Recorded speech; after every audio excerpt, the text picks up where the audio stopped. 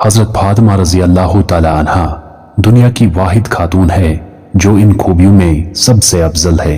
बेटी नबियों के सरदार की, बीवी वलियों के सरदार की और माँ जन्नती शहजादों के सरदार की। हजरत फातिमा रजी अल्लाह ताला अन्हा फरमाती हैं, आगाह रहो, जो शख्स आले मोहम्मद की मोहब्बत के साथ मरे वो शहीद मरा।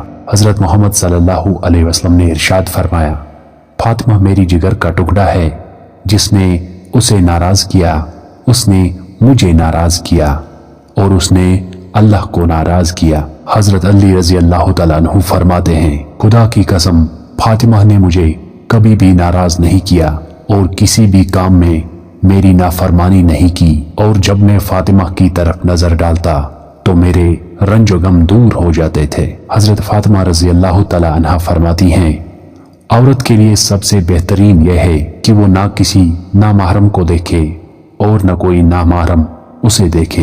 हुजूर सल्लल्लाहु अलैहि वसल्लम ने फरमाया, फातिमा मुझे तमाम मखलूकात में सबसे ज्यादा अजीज है। हुजूर पाक की प्यारी फातिमा फरमाती हैं, तकब्बुर की गंदगी को दिल से दूर करने का बेहतरीन वसीला नमाज है।